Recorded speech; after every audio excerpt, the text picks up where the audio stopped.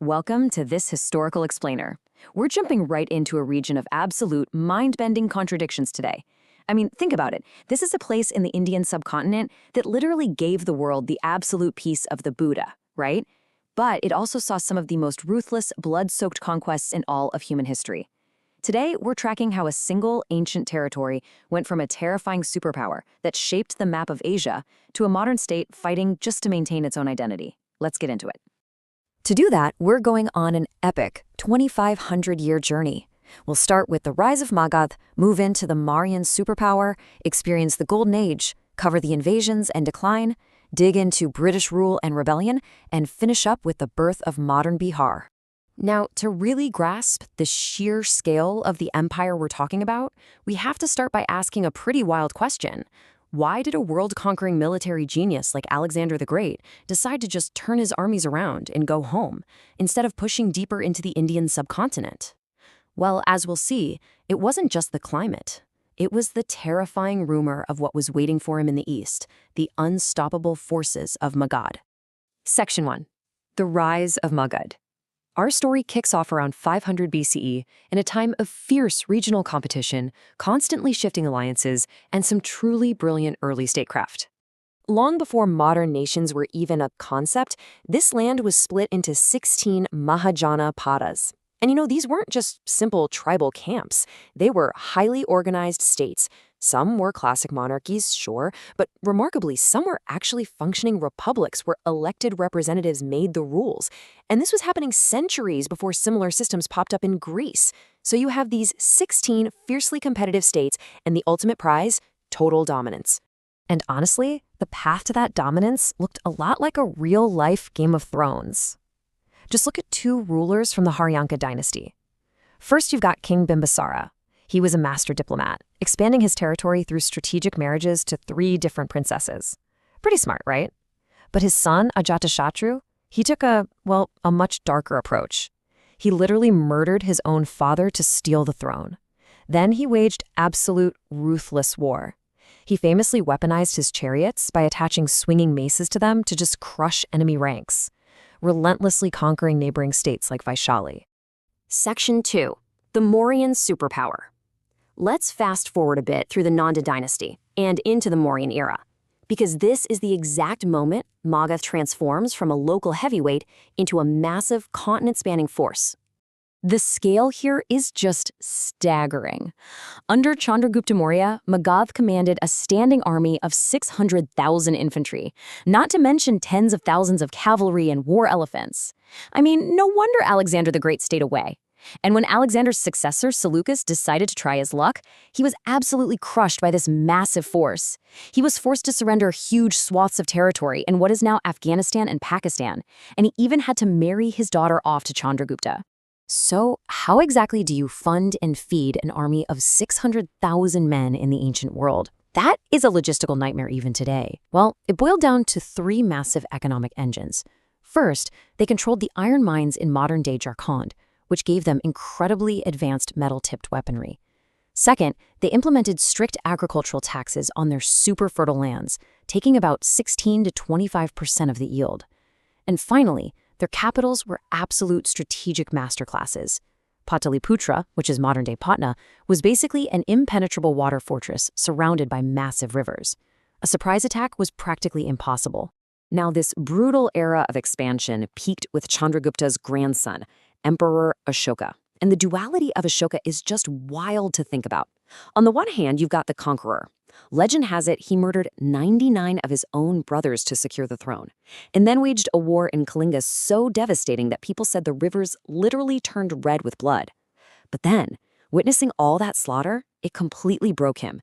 He did a total 180. He renounced violence entirely, converted to Buddhism, and spent the rest of his life as a global ambassador for Dhamma, or peace, sending out emissaries as far away as Southeast Asia and Sri Lanka. Moving on to Section 3, the Golden Age. Interestingly enough, Ashoka's massive donations to Buddhist monks, plus the heavy cost of maintaining his huge bureaucracy, eventually drained the empire's wealth. The Mauryan era slowly declined. But Magadh wasn't done.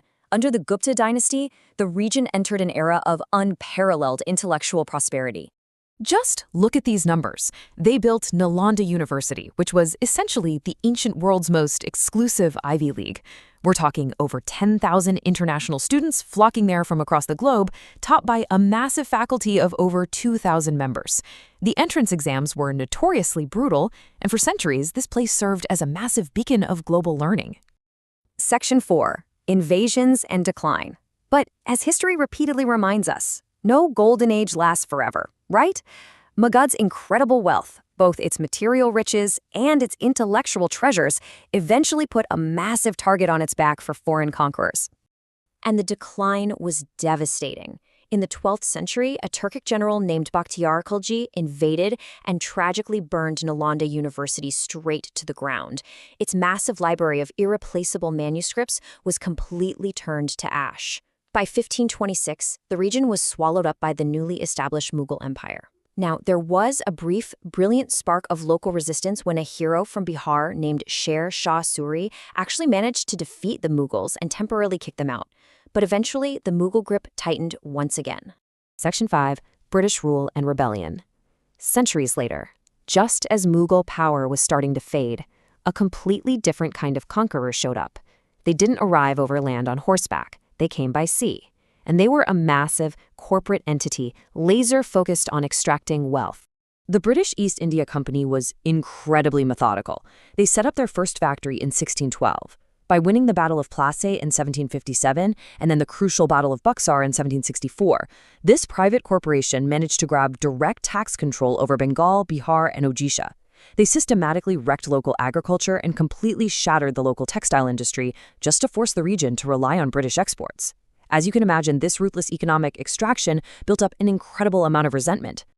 And that resentment finally boiled over into the massive nationwide rebellion of 1857. Even as the British were crushing the uprising, the exiled symbolic leader, Mughal Emperor Bahadur Shah Zafar, issued this incredibly chilling, poetic warning to his captors. He declared that as long as there is faith in the soldiers, the sword of Hindustan would eventually reach the throne of London. In the region of Magadh, which by this point was known as Bihar, that defiant spirit was perfectly embodied by leaders like Veer Kunwar Singh. He was an absolute master of guerrilla warfare against the massive British army. There's this one famous story where, while retreating across a river, a British bullet struck his arm. Knowing that a deadly infection would spread and kill him, this guy literally drew his sword, amputated his own arm right then and there, and offered it to the Ganges River so he could survive and keep fighting. I mean, that is the definition of sheer resilience. Section 6. Birth of Modern Bihar. So, after the 1857 rebellion, the British government officially dissolved the East India Company and took direct control under the crown. And in this massive new administrative setup, the once mighty region of Magadh suddenly found itself politically sidelined, just lumped inside the huge Bengal presidency. But the people didn't just accept that. Frustrated by the economic and social neglect, because the British kept centering all their power and the elite jobs in Calcutta, local intellectuals fought back. People like Sachidananda Sinha launched the Bihar Times in 1894 to demand a separate identity. Then, when the British controversially partitioned Bengal along religious lines in 1905, the movement for a separate Bihar absolutely exploded, uniting local Hindu and Muslim leaders. Finally, all that peaceful structural pushing paid off.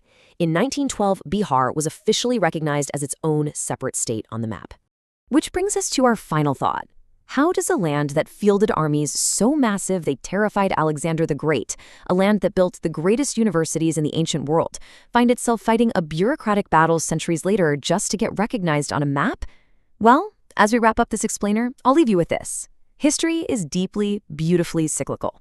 The story of Magadh and modern Bihar proves that sheer, stubborn resilience ensures that even the greatest empires must constantly evolve, fall, and eventually be reborn to survive. Thanks so much for exploring this with me today.